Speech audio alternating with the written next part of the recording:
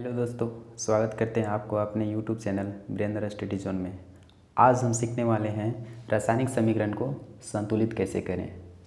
आपको इस रासायनिक समीकरण को संतुलित करके दिखाएंगे और सिखाएंगे कि रासायनिक समीकरण को बैलेंस कैसे किया जाता है, यानी संतुलित कैसे किया जाता है। तो इस रासायनिक समीकरण की जो बाएं साइड लिखा हुआ है, इन्हें LHS यानी लेफ्ट हैंड साइड, जिन्हें अभिकारक कहते हैं, और दाएं साइड जो लिखा हुआ है RHS, जिन्हें राइट हैंड साइड, जिन्हें उत्पाद कहते हैं। तो बैलेंस करने का मतलब हुआ कि तत्वों की संख्या जितनी अभिकारक की ओर है और अभिक्रिया के फलस्वरूप तत्वों की संख्या उत्पाद में भी उतना ही होना चाहिए।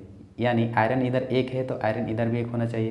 अगर आयरन इधर 5 है तो जितने तत्व, कहने का मतलब है कि जितने तत्वों की संख्या अभिकारक की तरफ है, वे तत्वों की संख्या उत्पाद में भी उतना ही होना चाहिए।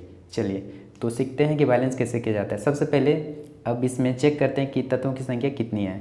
तो आयरन, यानी आयरन की संख्या 1 है।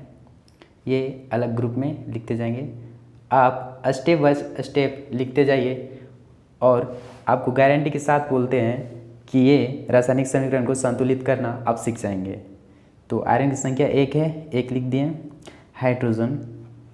हाइड्रोजन की संख्या 2, ऑक्सीजन 1।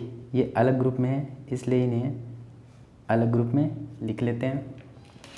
अब RHS तरफ देखते हैं। आयरन की संख्या 3, ऑक्सीजन की संख्या 4, ये अलग ग्रुप में है। हाइड्रोजन, ये सिंगल तत्व, इसकी संख्या 2 है, ये अलग ग्रुप में है। अब देखते हैं कि किसकी संख्या कितनी है। आयरन, सबसे पहले आयरन दिख रहा है। आयरन LHS में 1 है, RHS में 3 है। मतलब हमें LHS में भी आयरन की संख्या 3 होना चाहिए। तो कहने का मतलब है एक बैलेंस करना है तुलना तराजू की तरह, यानी जिधर मात्रा कम है उधर हमें मात्रा बढ़ाना पड़ेगा, तभी वो बैलेंस होगा। तो आयरन इधर 1 है, इधर 3 है, यानी इधर भी 3 करना पड़ेगा, जिसके लिए हमें इस ग्रुप में 3 से गुना करना पड़ेगा। तो 3 इकाई 3 आयरन बैलेंस हो गया। अब चलते हैं दूसरे तत्व में। हाइड्रोजन LHS में 2 है, RHS में 2 है, ये तो बैलेंस है, इसको बैलेंस करने की ज़रूरत नहीं है। अब ऑक्सीजन को देखते हैं। ऑक्सीजन 1 है, ऑक्सीजन इधर 4 है, इधर 4 होना चाहिए।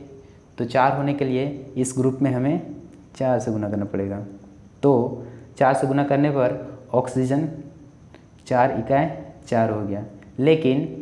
लेकिन ध्यान देना है कि ये 4 सिर्फ ऑक्सीजन के लिए नहीं, ये हाइड्रोजन की संख्या, जो परमाणु की संख्या, उसके साथ भी गुना हो गया। तो 4 दूनी, अब हाइड्रोजन 8 हो गया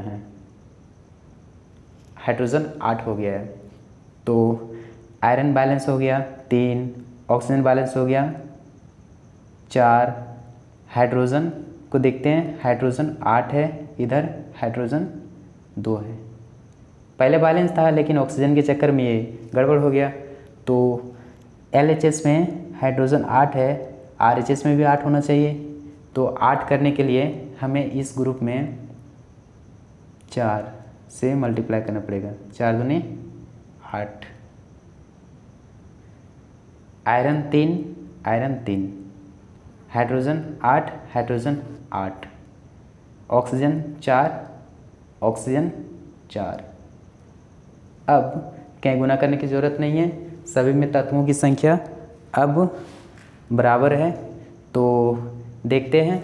अब आयरन में 3 से गुना किए थे यहाँ इस ग्रुप में, तो यहाँ 3 से गुना कर देंगे। अब इस ग्रुप में 4 से गुना किए थे, तो यहाँ 4 लिख देंगे। ये ग्रुप में, लास्ट ग्रुप में 4 से गुना किए थे, तो यहाँ भी 4 से गुना कर देंगे। अब ये पूरा इक्वेशन आपका बैलेंस हो गया। अगर ये वीडियो आपको समझ में आई, ये रासायनिक समीकरण संतुलित करना अगर आप सीख लिए, तो इस वीडियो को लाइक करें और दोस्तों में शेयर करें और उनको भी बताएं कि रासायनिक समीकरण कैसे संतुलित किया जा सकता है और उनको भी सिखाएं। Thank you.